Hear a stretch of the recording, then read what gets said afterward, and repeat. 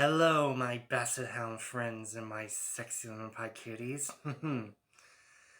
Welcome back to more of the Nightmare on Elm Street franchise series. I'm Mark the Punk Gamer, a.k.a. Markapunks here. And we're starting with the third film in the franchise, A Nightmare on Elm Street 3, Dream Warriors. I'm excited to get into this review because, 2 years later, back in 1985, 2 years later, we got 1987, we got Dream Warriors as part 3. So, and it's an epic sequel with Dokken music. So, all of it is going to be positives here on out. So, let's talk about this movie.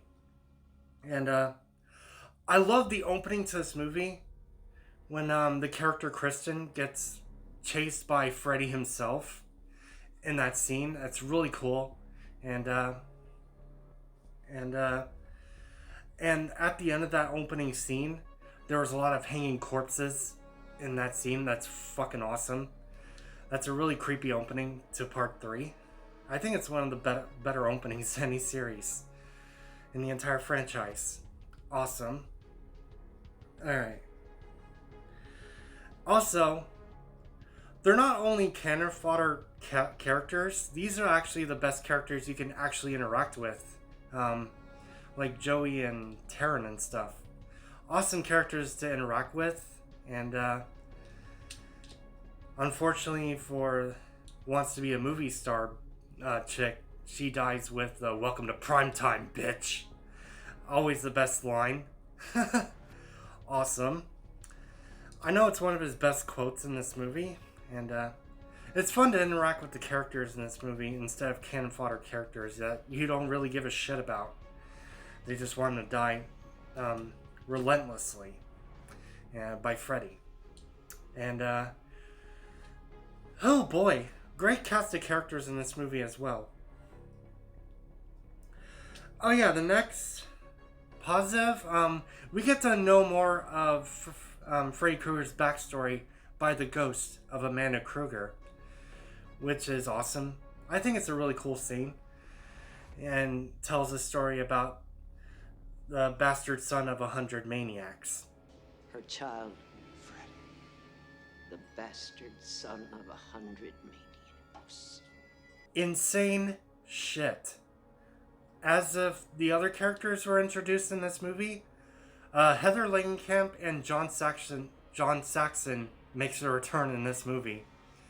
Heather Langenkamp is now a psychologist to these teenagers, apparently, because Wes Craven didn't like the ending of the first movie, and she didn't want to die in that movie, and they thought to bring her back in the third movie, which is awesome. As of the John Saxon character, he's just a washed-up security guard now, and barely remembers who his daughter is, barely, since the first movie. And, man, he's different. Donald Thompson, that's his name. And, he gets a good, redemption for him, too. Unfortunately, he dies by the hood ornament of the car, gets impaled. Good little fight with that, CGI-looking skeleton, but I still enjoy that scene nonetheless. And, I still do. Even though he's a washed-up security guard now.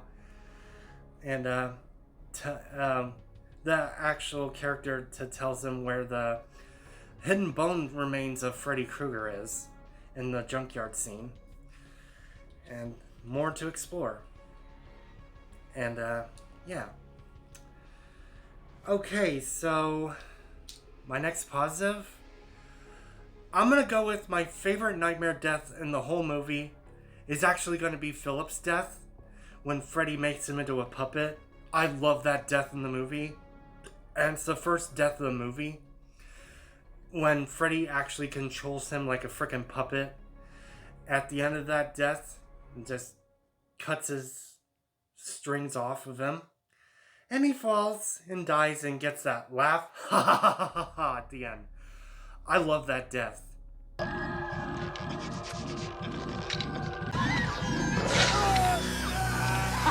To me, that is Master of Puppets to me for that death. It's awesome. And, my favorite Freddy one-liner in this movie, I know everybody's pick is the Welcome to Primetime Bitch line. Everybody knows that quote, one-liner quote. My favorite is, I like the line when he says, the souls of the children give me strength, and there's always room for more. Always room for more. Yeah, dark as hell Freddy, and comedic at the same time. This is a perfect mix of Freddy in this movie. And it's the only sequel they got the perfect mix of him. The only sequel. And when he licks the blade, that's dark as shit. When he gets stabbed with a piece of metal scrap into him, he just licks it. Fucking evil as shit. And he's all powerful in this sequel. He just takes these teenagers out like flies, okay? These people. That he's more powerful in this sequel. God, I love it. I love how evil as hell that is. And comedic. And I love that shit. The last positive I think I can remember is Lawrence Fishburne's character is actually in this movie. He's originally called Larry Fishburne for some reason. No, it's Lawrence Fishburne, okay? I don't know why he changed his first name. So, that's cool he's in this movie. And Kincaid's the best character. Absolutely. Yeah. Overall, guys, this is the best sequel. After the past two sequels, we got a better sequel. Oh, just to end it off in the review, they've actually finished Freddy Krueger off with holy water and a cross. That's a better death for him since the last two movies. My God, and it has the best ending in the series. And yes, it is the best damn ending in this one. And that's about it, guys. And I have nothing mixed or negative things about this movie. I think it's a better damn sequel, to be honest. And it really is. This movie has rewatchability, the sequel. And, I know you guys want me to do The Nightmare on Elm Street 4 Dream Warriors. No, not Dream Warriors. Dream Master as the next review. And, still, the third movie is still the best in the entire franchise. Most hardcore fans think so. And, exactly. And that's all I have to say. It's a better sequel.